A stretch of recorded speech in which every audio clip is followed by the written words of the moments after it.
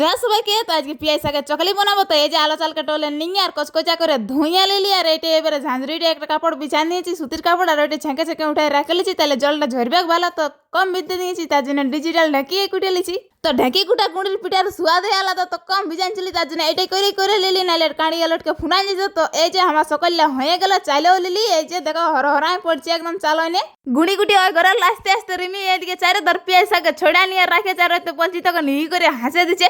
ওইলে আর বললি তখন ভিতরা দিচ্ছে সকলকে। এই যে ওই টুপাঠাই ওই সকলে ভিতরা নিতে যতলা ঢাইলেছি তখন একটা একটা করে সকল ভিতরাইলে, আর এবারে বাসি ভুগছে।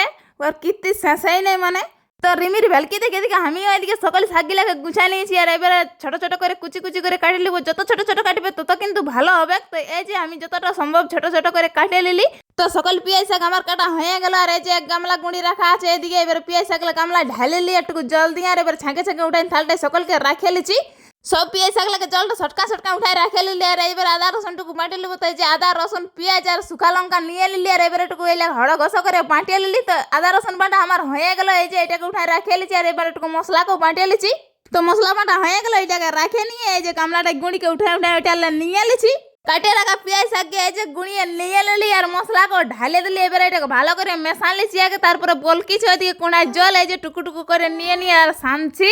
এবার দিয়ে দিলি টুকু নুন আর টুকু হলুদ গুঁড়া, রাতের টুকু ছিল হাঁসের ঝোল, এই যে ওটাকে নিয়ে আর মেশান দিলি। তো দেখো রংটা কত সুন্দর দেখাচ্ছে। তো গুঁড়ি আমার সানা রেডি হয়ে গেল। এই যে আর এদিকে তাসলা বসান দিয়েছি, আর একটা বেগুনের ঢেঁঠাই করে তেল দিয়ে দিলি, আর এই যে তাসলা গুঁড়িকে দিয়ে দিলি, আর চারে তার ঘুরাই নিলি, বড় করে নিলি চারে তার একদম গোটা একটা। এবার একটা থাল ঢাকান দিলি, তাহলে পিঠাটা একদম নরমই থাকবে যখন খাবে। তো এই যে একবার হয়ে গেল, এটা এবারে উল্টাই লিছি। তো তোমরা কে খাবে তো চলে আসবে, একদম গরম গরম পিয়াই শাকের চকলি উঠছে। এই যে একটা হয়ে গেল, উঠায় রাখে নিলি, আর ঘুরে তেলকে দিয়ে দিলি, আর পিঠাকে দিয়ে দিলি, আর চারে তার গোল করে ঘুরাই নিলি।